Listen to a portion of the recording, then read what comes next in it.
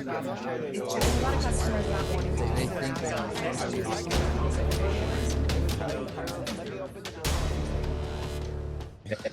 You never know. Yeah. Okay, cool. Okay, everybody, thank you for joining us. Sorry, we're a couple minutes late. We wanted to wait for several people to get on. But I just want to start by, one, thanking you all for being here and spending some time investing in your business to help grow and become better business people in this industry. I have a very special guest, Gavin Ekstrom. Gavin and I have been working together for like 10 or 12 years now. He's been a mentor of mine that long. He is senior vice president here at CrossCountry Mortgage and my personal regional manager. He's a stud, one of the best in the business. He runs a coaching program, a sales coaching program for all sales and business people, basically, called Impact Group. And he is, I would say, the best scripting phenom I've ever met with. Like, I sit in his conference room occasionally when I travel down to his office, and he scripts. And I consider myself generally a pretty good scripter and a pretty good salesperson. When I'm in the room with Gavin, I'm like a little bit intimidated, and I don't even want to talk because he's so good. So that's why I wanted him to be here with us and share some of his magic with us. So Gavin, thank you for being here. Damn, thank you. And Broch, you know, I've watched you grow up. Mm-hmm. I've watched you go through seasons as a phenomenal husband, a phenomenal father, and a phenomenal leader. And what I've learned about you is anything is possible. But what I love about you is there's no excuses with you. You're all or nothing, and you're all the time. Yeah. And so I see you as one of the future leaders in this industry. Thank you. Like, that's who you are. And so I hope that you will embrace that. And I hope you'll continue to climb that ladder, because I want to see how big and how far you can go. Yeah. Well, I appreciate it, man. About you. Coming from you, that means a lot. So thank you. There's the intros. And now we'll dive into the information. So I want to lay the framework, Gavin, because really what I want you to do is just share what is on your heart, what's on your mind. You just had a big event. You're probably fresh with a lot of tactics. So I want to share, I don't want it to be too scripted, but I want to lay some framework in us understanding where we're at in the market. So like what we're finding in real time with realtors, obviously we've been talking a lot, as you have, about the NAR settlement and how realtors persevere through those challenges. But I think there are different challenges, although that's so fresh and so new, there are other newer different challenges presenting themselves. You know, the election is one of those things that is coming and it's creating a challenge with clients. But in addition, we have rising inventories in basically every market. Our market is probably similar to yours, where it's staying in a transitional market. We're not in a buyer's market yet, but it's definitely getting harder. Listings are sitting longer, and we still have a massive reluctance from buyers. So not only do we have this situation for realtors now, and that's who's on the call that I want to bring value to today. Yes. But they have a challenge now, which has not been a challenge. So if we go back 2020, everything was going really well for all of us, right? We were all making a bunch of money. Buyers and sellers were closing. There were no issues. And then things went really south for us lenders in 2022. But for a while there, the realtors had listings that really kept them afloat. And many realtors had their best years in our worst years as lenders. But there seems to be a little bit of a market reckoning happening now where sellers don't want to move and budge, and they're canceling because listings aren't selling at the price they think they should. And buyers are reluctant because of the market conditions, now also talking about commissions and now also waiting for elections. So it's a challenging time, and we're feeling some and hearing some pain from our realtors that it's a tough time, something they haven't experienced in years and years. So I want to speak to that and maybe just to start knowing that framework and add to it if you want, but how can agents in this weird, challenging market find success? Yeah, that's a lot to unpack. I want to take a step back. In 2020, not to contradict what you said, but there were issues. They were just different. See, we had the issues of not enough properties and too many buyers, right? It was a good problem to have. And interest rates were at an all-time low. There were still issues around it, right? Yep. Agents were still stressed. It was just a different type of emotion or a different type of stress. And yes, I know my eye is really red, and we're going to work through it. I'm blind in this eye today, but there were just a different type of issues. So fast forward to where we are today, and now the issues are different. Here's the issues I see is we got out of selling shape, right? And yes, I'm very well scripted. And guess what? I have different scripts for this market, and I'll share those today. But I think we just simply got out of selling shape. Back in 2020, it was like, let me open the door for you. Take a look around. If you like the property, let me know. We'll write an offer right here now. If you don't, then the 30 people behind you are waiting to get into the home. Interest rates are 2 or 3%. Which one would you like? Right? Yeah. That was it. Now that's a good point. We didn't have to sell at all. And we've talked about this a lot in the past. It's kind of gone out the window. We have been talking about it for maybe a year or two now, but you're right. And we haven't had to sell, and listings were moving like crazy. So that didn't take much selling either. So, okay, cool. That's a good takeaway. You got out of selling shape. And then what happened with that is you quit practicing your craft. We quit doing the reps. And so then we wondered why. Well, what happened? Right. And so now we all have buyers and sellers that are on the sidelines, and we can't get them to move because we're not saying the right thing. We're not giving them the right information. We're not educating them and showing them that there is a better way. If I was to buy real estate right now, it would be the best time to buy. Because here's the thing. Interest rates are going to come and go. So I can sit there and worry on the past as to why I didn't buy back then, or I can focus on the future and why buying now makes the most sense. If I talk to anyone who bought a house between 2020 and 2022, on average, they have about $100,000 in equity, even in a market where they were supposedly overpaying for their property, right? And in today's market, let's do the flip of that. In today's market, you don't have to overpay. There's more to choose from than ever before. There's less competition. And for the first time in the last 10 years, we're talking about concessions, right? And I don't use the C word. I say this is for the first time in 10 years, sellers are actually paying you to buy their home. Sellers are actually paying you to buy their home. Now, let me tell you what that means.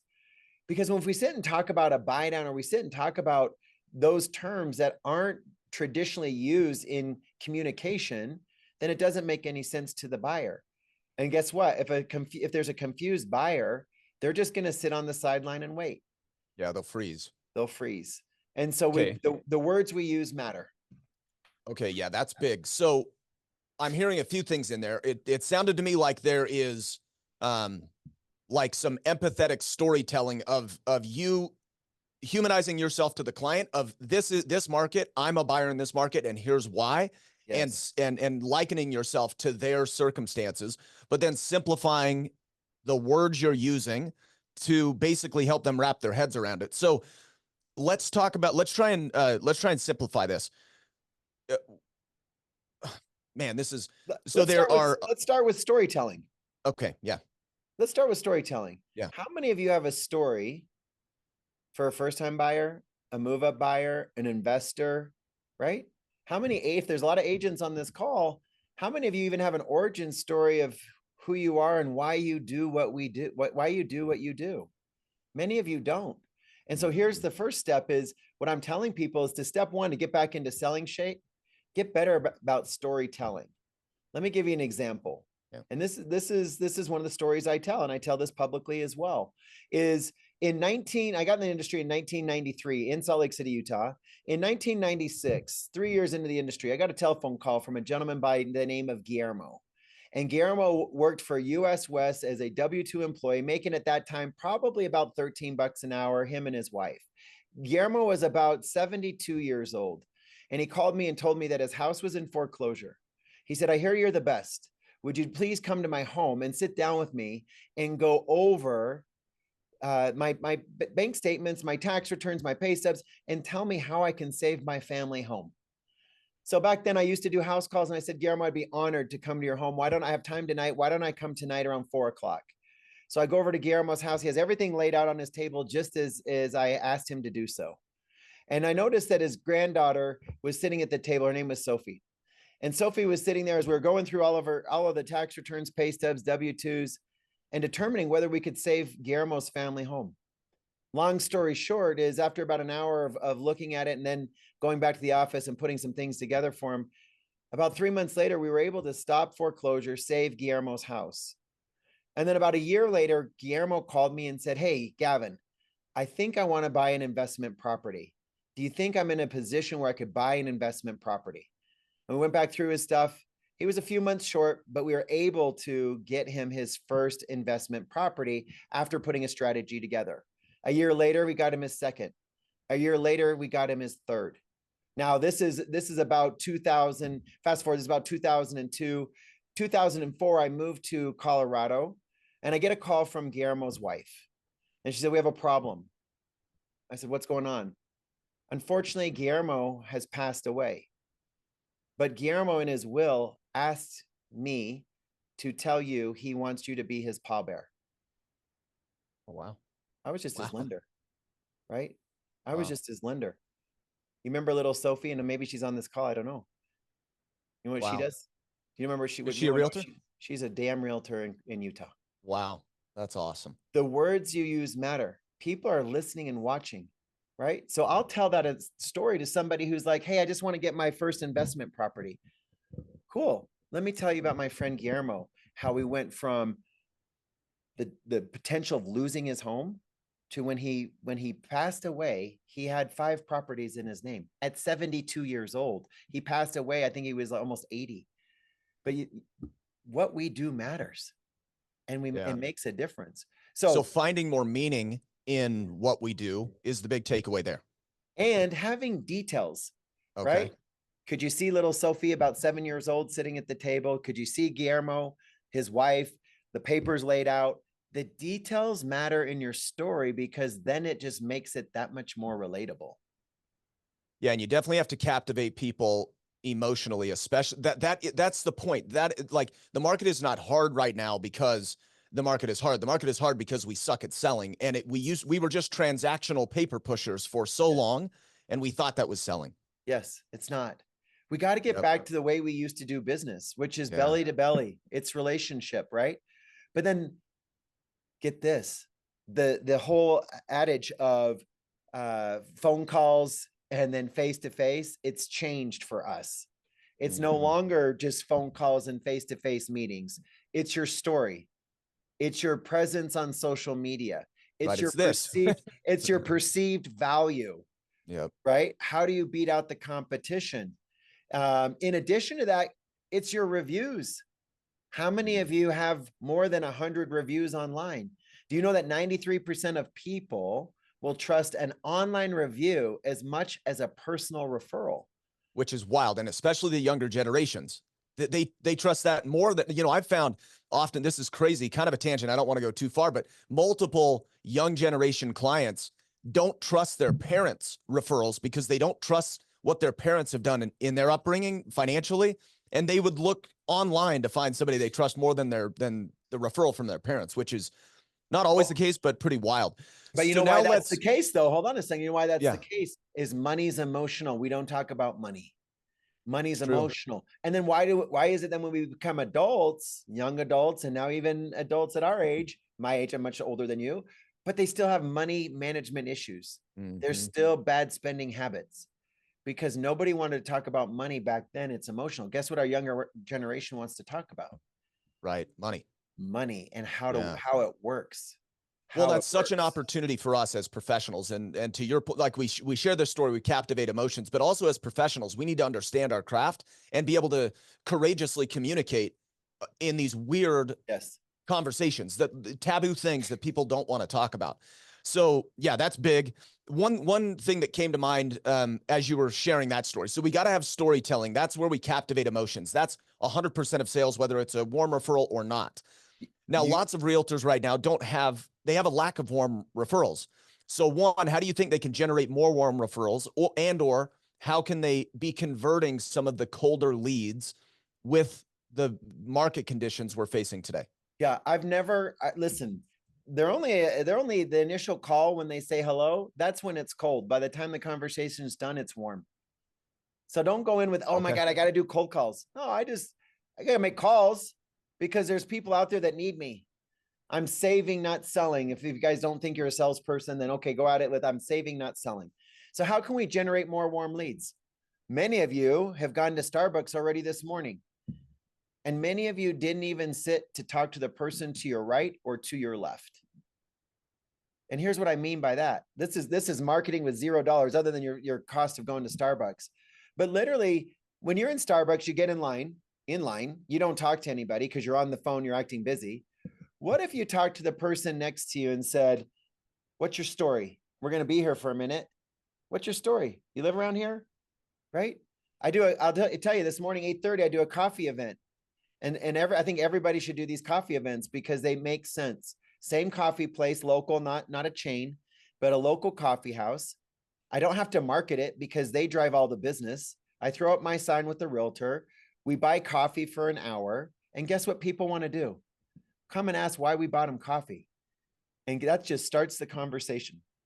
Now, we do it in a more affluent area because we want more affluent clients.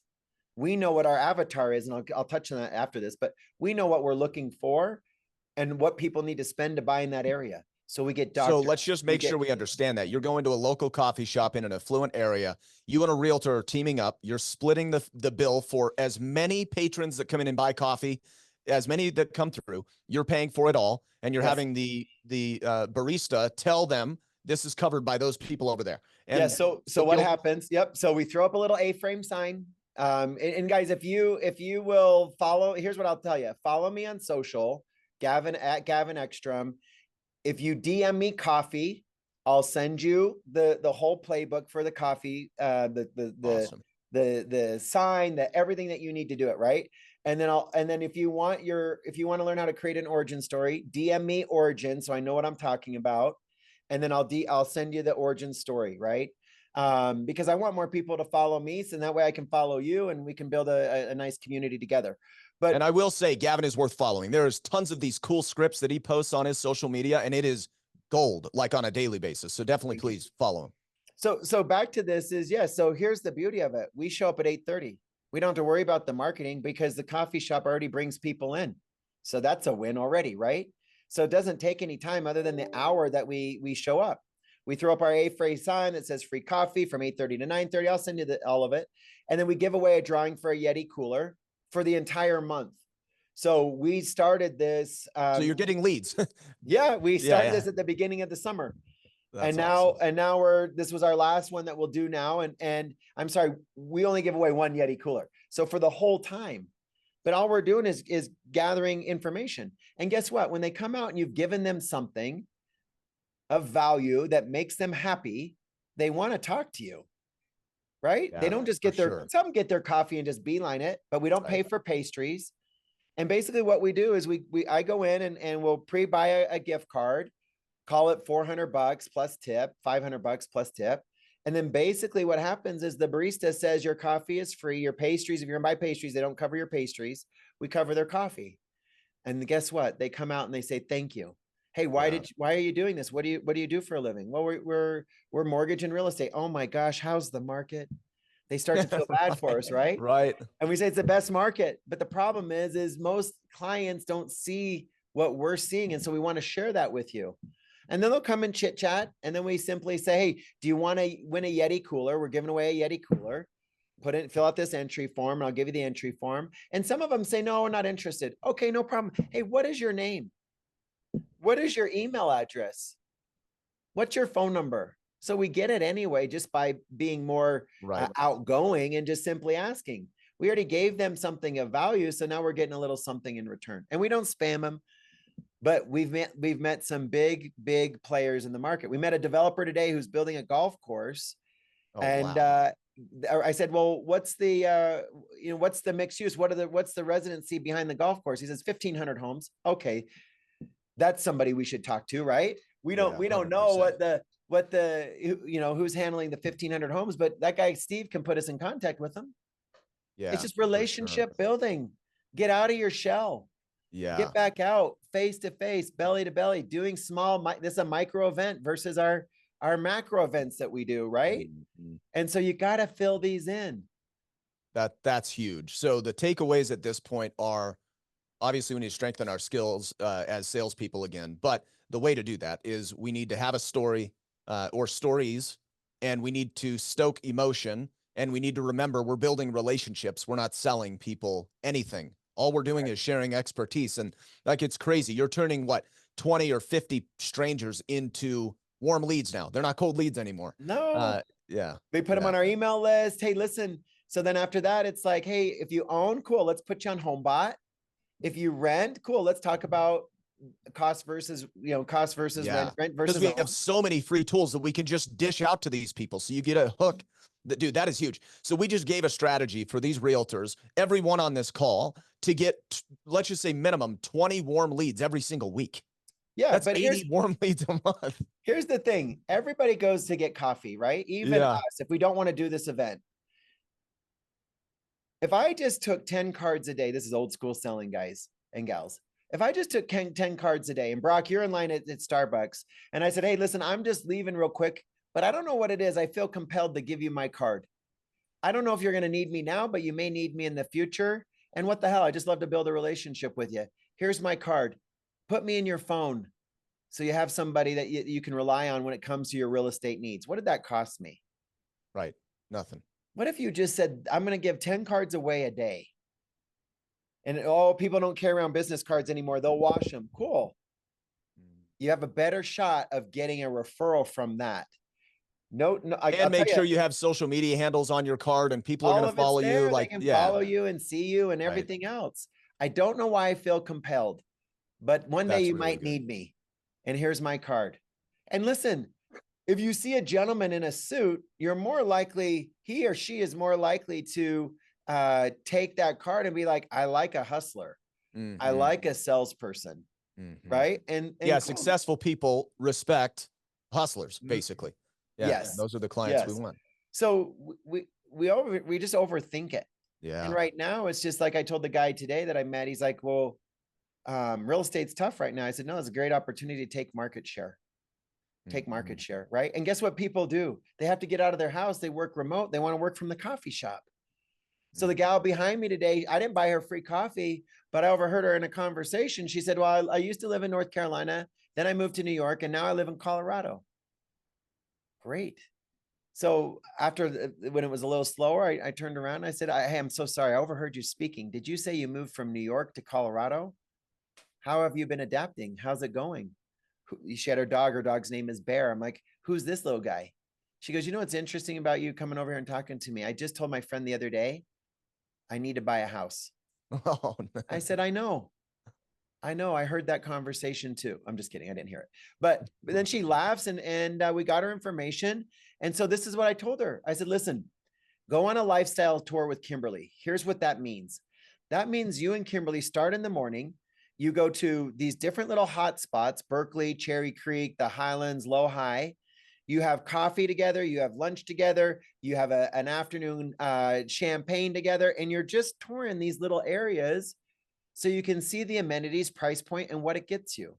And then at the end of the day, you say, okay, I like area A and B. And now we're just going to dive deeper into those areas before we even talk about what you can afford. Let's just do a lifestyles tour. Yeah, that's huge.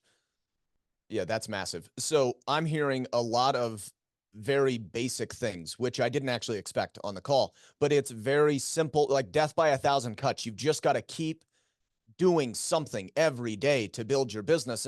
And so many of us are getting frozen because one, we don't feel confident. We're out of selling shape. Yes. So obviously that takes practice. Get with, what would be your recommendation to even develop the confidence to have, because you're an uberly confident person. Like you'll have a conversation with anybody, doesn't matter. There's some people, even in sales, that are reluctant. And especially right now, they're bruised and beaten and they don't feel confident in selling. Like, how do you think we can get these people to strengthen that confidence level, bolster the confidence to get to a point they can do this type of selling? Put yourself in uncomfortable situations. If it's Okay. going up and talking to a stranger, cool. Do that 10 times a day. It's just reps. It's just reps. It's like going to the gym, right? The easiest part about the gym is buying the membership, right? Yeah. And then you go one time and you're like, oh my gosh, I'm not even ripped yet. For sure. Right. For sure. And so Yeah. it's like, people are like, well, how did you overcome it? Well, believe it or not, guess what? I used to have some insecurities around talking to people.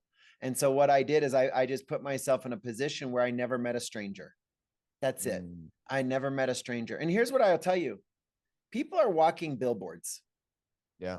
Here's what I mean by that. So today a gentleman was wearing a Buffs hat. So he's wearing a Colorado Buffs hat. I'm like, hey, that was a great win. What did you think about their play? He stopped and wanted to chit chat, right? And then his buddy Right. comes up and he's like, this is my buddy Greg. He's a Buffs fan too. I didn't say I was a Buffs fan. I just saw what was on their shirt. Another guy had a Masters shirt on. I'm like, hey, do you golf? Yes. What's your handicap? I don't golf, but I want, you know what I mean? Right. Yeah, So you can just engage in the conversation. So this goes back to the old adage, and I don't know if you came up with this. I can't remember who came up with this, but I know I've known it forever and ever. But it's be interested, not interesting. yes, And exactly so often, it. yeah, so often we Exactly focus it. on like, what is my cool, polished sales script on selling a house, and instead you're like, just be interested in people. They're going to trust you. They're going to grow to love you, and then you're going to be their realtor Yes. long term. And that's the trick. Like a guy had a Rolex on today. I said, can I ask you a question? He said, sure. I said, what does that watch mean to you? He's like, oh, this one, this watch. I said, yes, that watch. He's like, man, let me just tell you, I bought this watch when I made my first, whatever, I think it was $1.2 million. I said, that's amazing. How many watches have you bought since? Right. Yeah. So it's just asking those questions. You see a lady, like, here's my favorite thing. This is like, gentlemen, this is the easiest thing. Open the damn door for them. It is amazing. If you open the door for, hey, hold on, let me get that door for you. Oh my gosh, you're such a sweet boy. I'm going to follow you around the rest of the day. Like, it's just the little things make the biggest difference. So just go do that. 100%. So let's And close that's it up. an We got easy like way. 1 minute, Gavin, but Okay. I do want to just I maybe want to touch on reiterate two something. things you should be asking every single client. Okay. Yes. Let me reiterate one thing real quick. Give us 1 extra minute. One, Gavin is a ridiculous success, and we're not here to brag about Gavin, but what I'll say is he makes a boatload of money. He's super rich, and he has made all of that success by selling with these simple ways. So like, don't discredit how simple what Gavin's saying is as not able to create success, because it's how this dude has become a self-made multi-millionaire with many businesses and a huge respected person in the industry across all of the top dogs. So like, do not discredit what he's saying. This is huge. So let's start with this. First off, we have many people sitting on the fence, right? Many. Send this text. Don't say, hey, this is Broch Lassig with CrossCountry Mortgage.